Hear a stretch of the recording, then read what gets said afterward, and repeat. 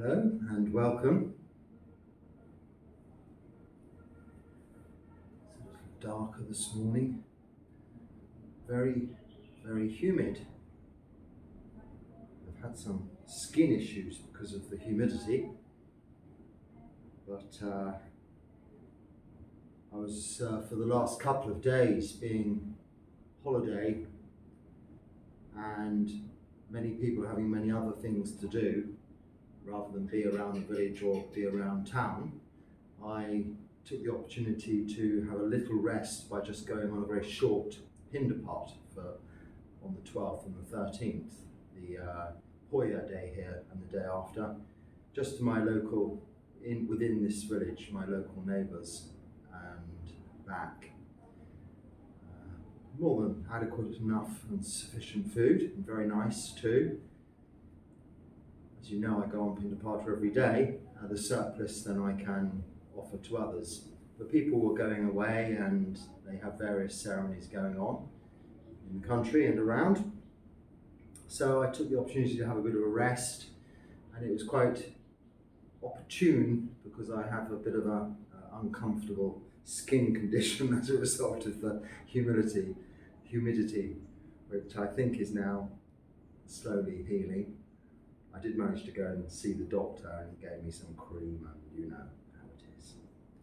So these are the conditions when we're living in different countries that we're not used to the climate. It's been many years now that I've lived in, or spent most of my time in Asia, but I suppose one's genetics are such that you are never going to be 100% natural with the surrounding environment. Albeit I would imagine if I was to return to my own country, especially in the winter, I would probably feel equally less at home. Very cold, as the coldest it gets here is around, I suppose, 28, 26, 27, 28 degrees down on these lowlands. I'm on the coast, so we're at sea level. And the first comment is about, someone was asking about future ordination. They're aged nearly 40 years old. If you recognise your comment, I think you're being a little bit hard there by saying if you can find a serious enough teacher that will take a nearly 40-year-old. I mean, I think the thing is, if you can find a Sangha that is prepared to ordain you, as you will, because 40 is fine, usually, even in the West, I think. Don't be too selective, and please don't try and judge your teacher. They're to teach you, or they're there to teach you, and they're only teaching by way of their own practice and longevity in the robes. Normally, a monk whom is taking on others for ordination has to have been in the robes for at least 10 years, living as a monk. So they're all going to be serious enough, if you recognise your comment there. So don't be too selective. They will be making the selection. You'll be going to live at a monastery for some years before they will consider you for ordination. If you think otherwise, then you're not looking at the traditional path to Upasampada, higher ordination, which takes several years. There are fast track, as I mentioned before, sort of bucket list ordination routes now for Westerners. There have always been those for people living in Buddhist countries, people who wish to ordain for a short while. This is part of the practice within Buddhist cultures, to leave home and family and go and ordain for a month, 3 months, 6 months, even a year, or even just for a few days. This is a common practice where people are brought up within Buddhism. It is their culture, it is their educational system, it is their constitution. But outside of those countries, there isn't such a thing as temporary ordination. Although some places seem to be offering this kind of fast track ordination, all done very efficiently and very thoroughly, and also it seems from the brief time I've looked at it, to be all in accordance with the Vinaya. But the purpose of it taking a long time is for you to find that you are absolutely ready for ordination, and for the Sangha to know that you're going to be okay with joining them. So it's very much a two-part agreement. And your question is, you currently use a Caesar bench. Now, I don't know what one of those is, I'm afraid, but I should imagine it's some kind of wooden structure that you sit on. This is for your meditation. And find it beyond my current physical capabilities to sit flat on the floor like you do, referring to me, I suppose. Should I develop this before ordination? Well, you're going to be needing to sit on the floor. It depends. The monks in Sri Lanka here don't tend to sit on the floor, really ever. They're always offered chairs. This is the cultural influences. The people, if you're sitting on a platform, you need to be sitting higher than the lay people visiting you, for instance. So it gets very difficult when you're sitting on the floor. People don't know what to do. So that's partly the reason, and also they've just got used to sitting in chairs. So even for meditation, I think they sit on chairs. You might see some nice pictures on the internet of monks sitting in forests in Sri Lanka. But even then, you'll notice they're not really sitting with their half or full lotus position, knees on the floor, like you might observe monks even in the West, but from the Thai forest tradition, because in Thailand you're really required, you have to sit on the floor like this. So you should develop this anyway, regardless of whether you're ordaining. It's not totally unimportant. I know sometimes I say, well, you can meditate in any posture, sitting, standing, walking, or lying down, and it's okay to sit in an upright chair as long as you're awake and focused on your meditation object. And then that's so. But if you're only approaching 40, that's younger than I was when I first started meditation, then I couldn't sit on the floor at all. I hadn't sat on the floor since school, little school at that, I should think, infant school. So to sit on the floor for me, crossed legs, was extremely uncomfortable. But I made a determined effort to learn and physically stretch my body to be able to do that, because I knew what was coming. I'd spent time with monks, I'd observed monks, and realised that the best posture for sitting in meditation is that we see commonly in statues of the Buddha, in pictures of monks meditating, in pictures of anyone meditating. The reason that's commonplace, that image is so accurate and true, is because it is the most practical posture to adopt for meditation. You don't require any equipment. You don't have to carry around your said Caesar bench or take it on the aeroplane with you on your travels. You don't have to worry whether it's with you or not. You can meditate anywhere. You don't need any accessories. This is the whole idea, that meditation is something we can do anytime, any place, anywhere, without the need of anything else. It's all about focusing on a meditation object and within. And as soon as we start needing all of this equipment, special drinking bottles that rattle when they open the little lid, and special little benches that make a huge noise when they're flapping them out, and all of these things, it's just unnecessary. And at the moment being used as a sort of a crutch, a support, you'll never get used to sitting in meditation on the floor whilst using them. So what you can do is not necessarily during your meditation, because it might be difficult to meditate if it's uncomfortable to sit on the floor, but when you're not meditating, sit on the floor. When you're watching television, when you're reading, when you're just playing with the children, they're sitting on the floor, sit on the floor with them. And by this, sitting on your sitting room floor, even if you're just eating informally, you could sit on the floor. Learn, whilst you're not meditating, to be comfortable with sitting on the floor. Now, this is why the Asian world is so used to meditating sitting on the floor, because the rest of their life is lived sitting on the floor. So it's nothing new. It's just a case of stopping doing the other stuff, closing your eyes and focusing on the breath. Or Buddha, Buddha, Buddha, something like this. It's natural. Let it become natural for you also. So try, yes, and abandon the Caesar bench, and also abandon any of these preconceived ideas about who would be good enough to be your teacher. Ask yourself, are you good enough to be taught? That is the important question. Any teacher is teaching you in accordance with the Vinaya, if it is of the official Sangha. So that means that the rules, the guidelines, the code of conduct is coming straight from the Buddha.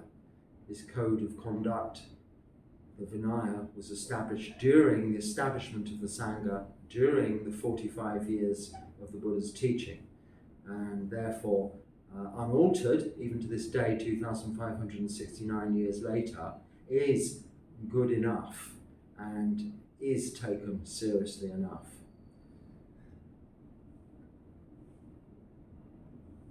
So the next comment. So you mentioned Ajahn Sumedho, Longpo Sumedho, a very highly revered and a senior monastic of the Thai forest tradition, whom I greatly admire and have the utmost respect for. Myself, having been introduced to his monasteries in my own country, and that is what led me into Buddhism, and ultimately, after my exploration of other traditions, into training in Thai forest monasteries in Thailand. You mentioned Ajahn Sumedho, Longpo Sumedho. His talks point to conscious awareness, and then you put in brackets, not dependent on sixth sense-based contact, as being the true refuge. That pure awareness itself is Nibbana. I'm curious to hear your thoughts on this. Have curiosity about your own thoughts, not others' thoughts on others' teachings. This isn't appropriate. You would go around in circles forever and a day. A teacher of any standard, let alone as special as Ajahn Sumedho, has a very unique style of teaching. And to take a statement such as that completely out of context of a whole talk is not something to be discussed. You would have to listen to the whole talk, absorb the message of that talk, which is pointing towards the Citta and towards Nibbana as being not of this conditioned existence, whereas consciousness, as in Vijnana, sense consciousness, is. And all that we experience, sankhara, is from a result of sense contact, seeing, hearing, smelling, tasting, touching, or thinking with the thinking brain, and experience, just that, mental formations resulting from just that, feelings resulting from just that. Whereas the Citta is that which knows. So the semantics of the words used out of context can't really be discussed in any more detail, other than to say that the theme that Longpo is directing us towards is to have confidence, to have trust in our own awareness of the way it is. As he says, like this, it's just that at this moment in time.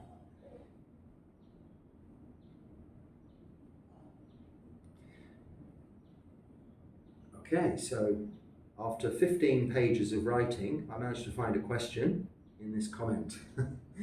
I don't mean to be facetious, but keep them, I can't read them on my phone if they're too long during these talks. And I don't prepare these answers or prepare the questions in any way, but I've had to in some cases just recently because they're getting a bit long again. So I thought I'd mention it. If you have a question, ask it. If you want to make a statement about something, then maybe go somewhere else and make a statement about something, because this is about listening to the teachings of the Buddha, or putting into practice the teachings of the Buddha as they are, not really a forum for discussing all kinds of other things.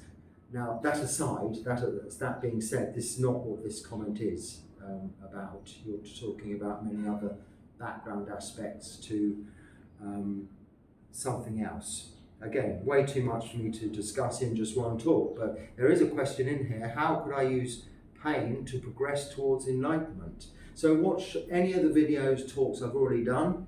In the title is included the word pain. So if you search English Buddhist monk pain, something might come up, that the English Buddhist monk is a pain, or something like that. There are talks on this. But the way you can use it is, I've had some pain. I started with the teeth, and I promised I wouldn't talk about that anymore, and now it's with this rather uncomfortable rash. But you can really just turn it into your meditation object and try and focus on exactly where the pain is.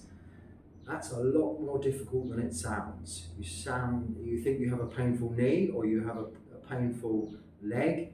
Where is that pain? Where is its point of origination? And how far does it radiate? Where does it spread to? Is it staying in one place? Is it moving?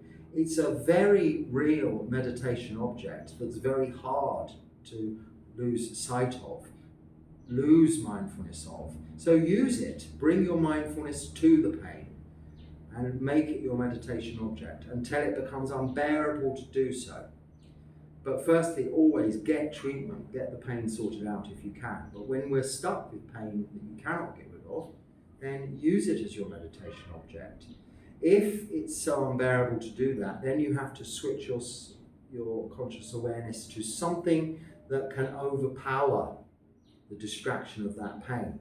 So you need a really serious point of focus to really, it would be probably better if you can, if you're physically able to in times of severe pain, to practice walking meditation as your main practice. Because by walking relatively quickly, not this slow walking you might see and think of as meditation, walking meditation, it is a case of walking mindfully, not necessarily extraordinarily slowly. It's a case of walking knowing that you're lifting your foot, moving your foot and placing your foot on the ground. Lifting, moving, placing. Lifting, moving, placing. That's as slow as you need to go, and you can actually walk at a pace quite fast, knowing that. And that is quite a lot for your mind to deal with, and easy to distract yourself from the pain. That's how you use pain to help you practice towards enlightenment. As long as you're keeping all the precepts and you're practicing meditation regularly, you're on the right path. This is the Noble Eightfold Path. Is it correct to refer to past lives with a sense of belonging? Is there any separation between my Citta and his Citta, etc.? Are we all manifestations of one Citta? Citta is your mind, not your mind as in this physical body and thinking brain's mind, that which knows the actions of this physical body and thoughts of this thinking brain, but that mind that is attached currently to this physical body and this thinking brain, which when dies and stops working will become attached through rebirth to another physical body and thinking brain. But this knowing, this mind, this Citta, is not a part of anyone else or anything else. In terms of Buddhism, this whole idea of non-duality, all oneness, only relates to the five khandhas, the whole physical makeup of the body and its conscious awareness and thinking, experiential side of the thinking brain. That which knows all that is separate and of its own. So this is how karma works. Whatever I do will be the causes and conditions for what happens next, or in the future, or in many rebirths' time. Because my actions are the causes and consequences, and they will have results. Actions and karma, results, we have a Pali word for vipaka. So karma vipaka is the results of our actions. They can only be attributed to the one and are only connected to and attached to through not letting go of life, existence, attachment to, through desire, this existence, the citta being attached to the self, not having an appreciation of truly what not self is. So as well as we can say, yes, in some sense there's non-duality in that we're all made up of atoms and space, and so is this concrete floor, we're all part of the same thing. In that sense, physically, yes, we are. But our minds, the citta, is something individual, but not individual in the sense you might think of a person. Individual in the sense that it has its own karma and is the result of its own karma. So there's no self, but there's karma, the results of actions.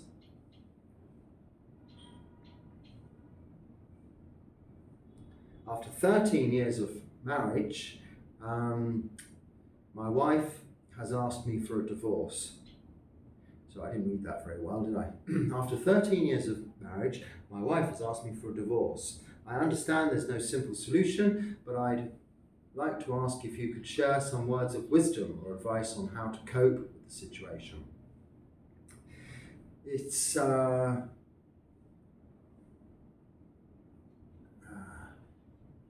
how does one say this sensitively? Relationships are not permanent, as nothing is permanent. All things are impermanent. Even marriages that last until for the whole of a couple's lifetime are impermanent. One of those partners will die, and leaving the other bereft and absent of their other half, their partner. So relationships are impermanent. Now some are less, last longer, and others don't. We are studying, and we're coming to understand through our practice of Buddhism the whole nature of the characteristics of existence. Anicca, impermanence, dukkha, suffering, and anatta, not self. So it kind of sounds like it's a bit remiss, it's a bit of a short answer, but that is the nature of our relationships, of course. Also, all conditioned things are subject to anicca, dukkha, anatta. So a marriage is very much a conditioned thing. It's coming out of an arrangement between two people, a relationship, them having come together. For whatever reasons those parties go their separate ways, that is what's happened. The suffering is one of those characteristics of existence, but it is not you. You were not that marriage. What knows or knew you were in a relationship is the same that now knows that you are now going to be a divorcee or someone single. There will be all kinds of emotions coming up as a result of the breakdown of a relationship that you will struggle with. But those two, from jealousy, from anger to depression, are all too, as well, impermanent. They're suffering, yes, but they're impermanent. So suffering is impermanent, just as much as dukkha is impermanent, just as much as sukha, the opposite of suffering, happiness, contentment, is impermanent. So what was a wonderful relationship when you got married was impermanent. It's now over. What is a disastrous situation during your divorce and may seem like the end of the world, too, is impermanent and will be over. You will soon be in another relationship which will seem like sukha. That too may well, or will, inevitably, eventually, come to an end.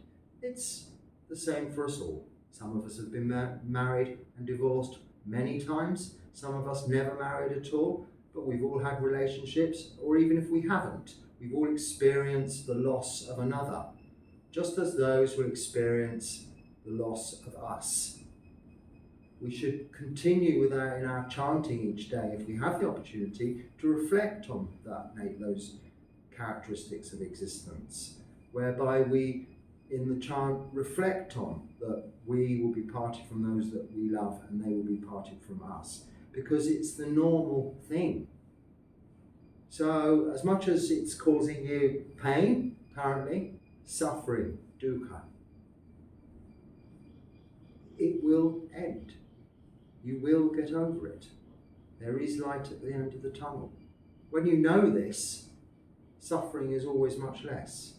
But when you think that that's it, this is permanent now, then you just compound, exaggerate, and increase the suffering beyond all proportions. What it is, you were with someone, now you're not. I know that sounds black and white and a little bit harsh. I don't mean to be. I've been there, I know what it's like. Apart from the emotional side, it's practical issues, there's all kinds of very serious, difficult, worldly problems. But this is samsara. You could make a determination to not have relationships anymore, thus avoiding future suffering. That may help you in a way, give you some consolation. You've realized, you've learned that relationships only hurt you. If you don't have relationships, you'll no longer be hurt. You'll still be hurt, there'll be meeting of people and parting of people, but less so when you know this is just normal.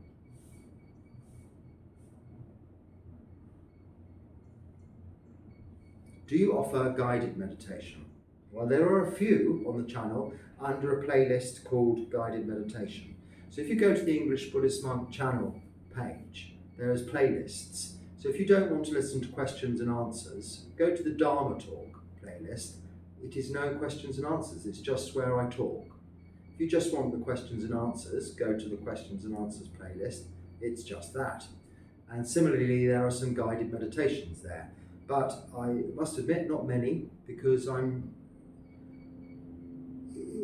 this way, I'm not very keen on doing guided meditations with real people there. It's a totally different thing to talking is not meditation. But when you're meditating with real people there, I think it's useful for them to have you there giving them guided meditation. Something I've never really got used to doing is guided meditations in this format. So I must admit I hardly ever do it.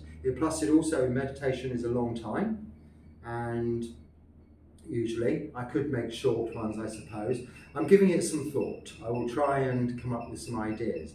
But if it's not live, if it's recorded, then I'm not sure how useful it is for people. And it seems a waste of your resources, because after all, your contributions are what pay for me uploading this stuff to the internet and the equipment. I think it's a waste of your resources for me to put a lot of stuff there on YouTube that is just me really sitting there being very quiet and meditating. And also I'm not meditating because I'm thinking about doing this, so I think it's not very genuine, it's not very real. It's a kind of a little bit of an affected thing. I'm not so keen on it. But so do I often? Could have just said no, couldn't I? But I do occasionally, not often. But that's where they are.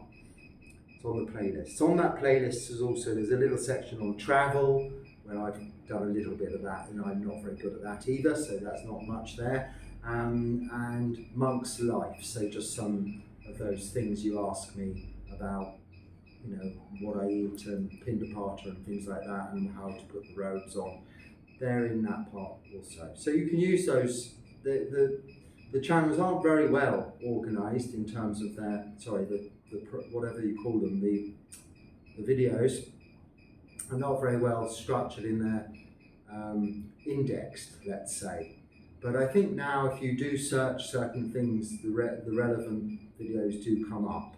Even if the question's not in the title. I don't know how that works, but I'm told it does, so there we go. Give it a go. if you have a question for me, just ask it on Google and I might pop up. If I don't, someone else equally able to answer the question might do. That's relieving me of some pressure there. Okay. Wouldn't this citta also be of some substance, something impermanent, contradicting, and the affirmation of everything being impermanent?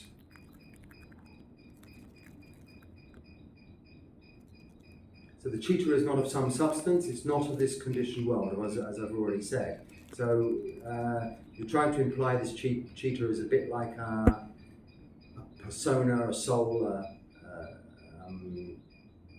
spirit. It isn't. It is not of this conditioned world. It's observing, knowing, but attached to the five khandhas as I just described.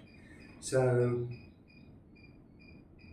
I'm not really sure I understand the question. The next bit, how can it even be proven that there is such a thing as how can it even be proven that there is such a thing by arguments? Well, there's such a thing as citta. It cannot be proven by arguments. Arguments in their very nature are trying to disprove something. And we're not trying to prove there's a citta. There's no need to. You know, you're aware, you're alive, you're conscious. If you sit and meditate for long enough, that will become even more clear that your physical body and your thinking brain is not you, but that which observes this, that is the citta. So there's no need to argue about it, have any discussions about it. It just doesn't even need to be proved, because it is all you are. It is all there is that knows. And therefore you just experience this for yourself. And it's only you that needs to know. You don't need to go out convincing the world, because it's up to them to establish it for themselves. So, not quite sure I got the gist of those questions, but I'm afraid again they came from 15 pages of very small text, and I just quickly looked through and tried to find a bit that I could include. If you recognise your comments that I've very much edited, and you want to rephrase them, please do. You're welcome to. Just ask a question, and don't make me try and find a question in a huge thesis. Okay. Bhante, when practicing anapanasati, is it recommended to keep the breath in mind all throughout the day, or only during formal seated meditation? I've heard conflicting opinions on how to maintain mindfulness through the day. So anapanasati is just that, meditation, mindfulness of the breath, but usually as your meditation object when sitting in formal meditation. Sati sampajana is mindfulness of all things, and the four foundations of mindfulness that we strive to develop throughout all of our daily activities are mindfulness of the body, mindfulness of feelings, mindfulness of the mind, and mindfulness of all phenomena, so everything that goes on. And mindfulness of the body includes breathing, but only in that sense for mindfulness development during all of your daily activities as an anchor to pull you back into the body and into the present moment, here and now. Other than that, you're not walking around observing the breath whilst doing other things. That would be not mindfulness, because the other things you were doing would be it would be to their detriment, because you'd be trying to concentrate on the breath. You need to focus on everything you are actually doing in the present moment, here and now. When you have a break and your mind starts to think about the future or worry about the past, then is the time to take a breath, come back to the present moment and center into the body, into the here and now, present time. This is the anchor of the breath used during, this is where you might hear the conflict or confusion. It's not taking anapanasati as soon as we get up, carrying on, breathing in, breathing out, whilst we go about our daily duties. No, we leave that with our for developing our samadhi, and we move on, and we just have absolute mindfulness on all we're doing, all of our actions of body, speech and mind. And that's hard. So we have that anchor. It could be the breath, it could be the word or a mantra like Buddha, just to remind us sometimes when our mind wanders, like into the future or into the past, and bring us back to the present. If we're doing and thinking about what we're doing in the present moment rather than what's next, that's getting close to mindfulness. It's when we're thinking about more than one thing at a time, or what's happening next, or what happened before, that it's really not mindfulness at all. But to really perfect mindfulness, we have to have absolute focus on the project, the task in hand, in the present moment, here and now.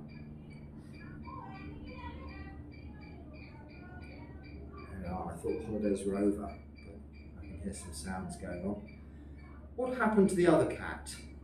I was not going to talk about cats either. My forbidden subjects for Sampapalapa use this speech now as cats, teeth, or dentists, Christianity, dare I say it, and any future ailments that I may have before me. No, nothing's happened to it. She's here. She's on the table just out there. The big black and white cat, Rosie. None of these cats are my cats. They just come and go. They're passing through. They're visitors. Monks don't have pets. We don't have cats, dogs, but monks may have a lot of dogs or cats or things like that hanging around, even chickens, they hang around. They know it's a good place to be, it's safe, we're not going to eat them, we're not going to harm them. And because it's within our nature, we generally feed them too, whatever we can, whatever's going. So they just come. They're stray cats, some of them. But most of these cats are belonging to some people, but I don't know exactly who to. But none of them are mine. So anyway, thank you for asking after her. Rosie, she was the first cat that used to be here all of the time. Yeah, she's never here as much now as she used to be, because I think the young kittens have disturbed the peaceful environment that she used to enjoy here. Because although they've become peaceful now themselves, at first they weren't, and I suppose it's a territorial thing. She found this was like her second home. Now it's just a place she visits, which is a bit sad, but it's like all of these relationships we were discussing before. We don't get so attached to things that it causes us additional suffering when we know that all of these things are ships in the night anyway. The previous place I was staying just for a short while when I first arrived in Sri Lanka, it was a different black and white cat. Not this black and white cat, because I'd never take them with me. They're in this area because it's their vicinity they roam in. So that cat is still, if it's still alive, roaming in the facility where I used to stay in the previous place. Anyway, she's out there on the table, stretched, asleep. I wish YouTube had a Buddhist teachings only button. Yes, so you mention about all of the stuff and entertainment in the world and YouTube, and you sum up by saying that you wish, it's not really a question, it's a comment, but I thought it was useful to mention that now I have YouTube, obviously, to make this, but because that's all I do with it and listen to a couple of other Dharma talks, I don't get all of that other stuff that you're referring to, about all of the stuff that's in the algorithms because of what Google or what the search engines have come to know is to your taste, is what gets put in front of you. So the more you practice, the less you'll be interested in all of that other worldly stuff. Nibbida sets in. We become disenchanted. That's what nibbida means, as we develop our practice. So nibbida, disenchantment, results in us not ever really going looking for entertainment, the kind of things that would have entertained us previously, and more to either abstain completely or be more selective and perhaps only look up Buddhist Dharma talks, for instance. very slowly, just like the slow progression of our practice, as you do that, because I used to use YouTube before I was even a meditator, but as you change, as you develop yourself, so does, it seems, YouTube tailor itself and adapt accordingly to your tastes. So if you're searching for all of those other things that you referred to, if you're the commenter that knows what you were referring to, in even other areas on the internet, they will pop up in YouTube. If you're talking to your friends in public about certain things, they might pop up on YouTube. I'm never sure whether that's the phone listening in or it's because they've gone away and searched it and you're somehow connected. I don't know how these things go, but it's all a bit magic. But the good thing about the magic is you don't need a Buddhist only button for YouTube. If you only search for Buddhist stuff, eventually you'll only get Buddhist stuff. You can also click the not interested button when that pops up occasionally, and that will filter out a lot of things. So I'm not an advocate or a critic in any way of YouTube or any other particular platforms, but being as it's the only thing I use really, as far as the internet is concerned, that's even approaching a form of social media or entertainment, I do find that it is very good in that it can become and can be very restrictive. You can make it very controlled. You can have a lot of control over it. Now, I must admit, I do have something called YouTube Premium that you pay for, so that I never have advertising. Because if there was advertising of any form, I wouldn't use it, I wouldn't watch it. Not because I have any adversity to advertising. In fact, I probably find it entertaining and quite enjoyable, but I don't understand it and it's all mostly inappropriate. So it could be that it's that you're referring to in your comment. And of course, Buddhist things aren't things that would be advertised. They're not commercial. We don't sell the Dharma, we don't sell Buddhist products, or they shouldn't be. It shouldn't be sold and they shouldn't be sold. Anything to do with Dharma is ours for the offering and for the receiving.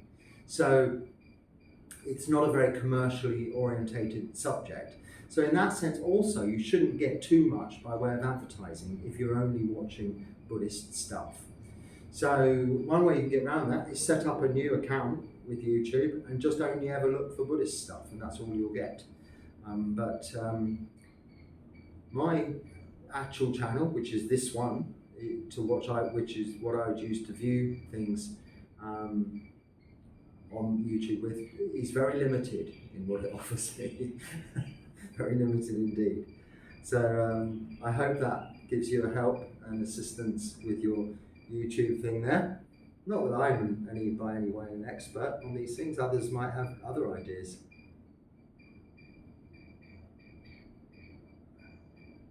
And, well,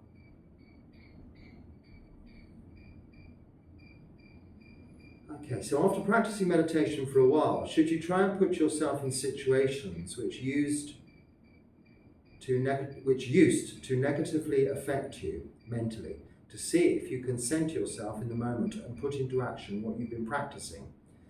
Okay, so yeah, that's interesting. Life is going to do that for you, so I would say don't deliberately do it. We should not put ourselves into a sensory deprivation chamber protective box. The Buddha was brought up in such environment. He was protected from the outside world and experiencing, even seeing aging, sickness and death, or hearing about it, to give him this life of just everything always being perfect. It was only when he saw aging, sickness and death was he realized that there was something else he had to be looking for. But we can also make the mistake of living in environments that are very artificially created. Monasteries can be like that, or meditation retreat centers can be like that. But generally you're not staying in any one of those particularly for a considerable length of time, and therefore will have to experience the outside world between locations, or when leaving one location and maybe living outside or wandering for a while. However, we can create little secluded environments around ourselves, which is our practice to guard our senses of what we're seeing, hearing, smelling, tasting, and what that's causing us to think about, yes, but don't intentionally to test yourself, put yourself in a difficult situation. So for instance, don't watch a program all about cooking delicious food, eating delicious food in the afternoon if you're observing the precept of never eating in the afternoon, because it's just an unnecessary test. What will happen is, in due course, life will throw that one at you. You will be in situations whereby you are quite hungry, having not eaten for maybe 18 hours, and everyone around you is literally stuffing their faces with nice pizza or something like that. Then you can measure how well you've been practicing, how much equanimity you have developed towards that experience. But don't test yourself with it, the test will come anyway. If the test doesn't come anyway, it doesn't matter. You found a very ideal situation to be living in. But whilst you're living in that situation, you are developing the equanimity, as long as you're practicing correctly. So as long as you're keeping the precepts within the environment you're in, you're guarding the senses in that sense, you're practicing meditation, you are developing equanimity.